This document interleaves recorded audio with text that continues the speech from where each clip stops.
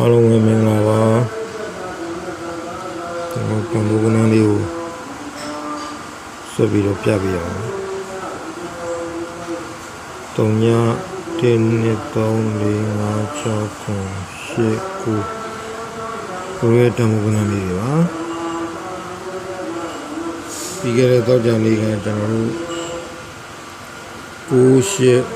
8နှစ်ပိုင်း1 3ညနေပိုင်းပါဒီနီလုံးကိုအခြေခံပြီးတွက်ပါမယ်9 8 1 3ကသူရဲ့တံမိုးတွေကိုကျွန်တော်ထည့်ပြီးတွက်တဲ့အခါမှာ9ရဲ့တံမိုးက4 1 8 6ဖြစ်ပါတယ်8ရဲ့တံမိုးက6 2 3 1ဖြစ်ပါတယ်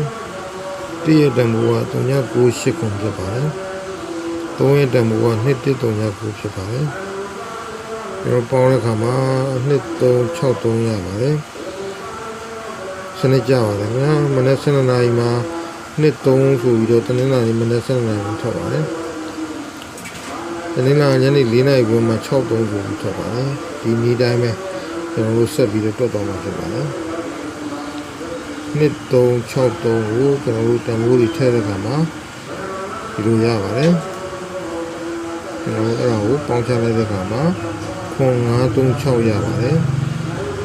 အင်္ဂါမနက်မှာခွန်9ထွက်ပြီးတော့အင်္ဂါညနေမှာ3 6ထွက်ပါတယ်ခွန်9 3 6ကိုကျွန်တော်တို့တံမိုးတွေတက်မှတ်တဲ့အခါမှာတန်းထွက်ပါတယ်ဘုဒ္ဓဟူမနက်မှာ3 9ခွန်ထွက်ပြီးတော့ဘုဒ္ဓဟူညနေမှာ6 8ထွက်ပါတယ်ခင်ဗျာကဲယခုပြင်မှာကျွန်တော်တို့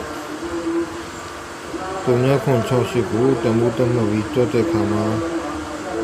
2 4 3 9ခွန်ရပါတယ်အဲတော့ကျွန်တော်တို့အခွေးတို့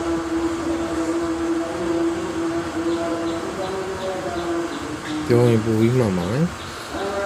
ဒီတော့မိတ်ဆွေများထိုးခြင်းမနက်ပိုင်းကို2 4ညနေပိုင်းကို3 9ခွန်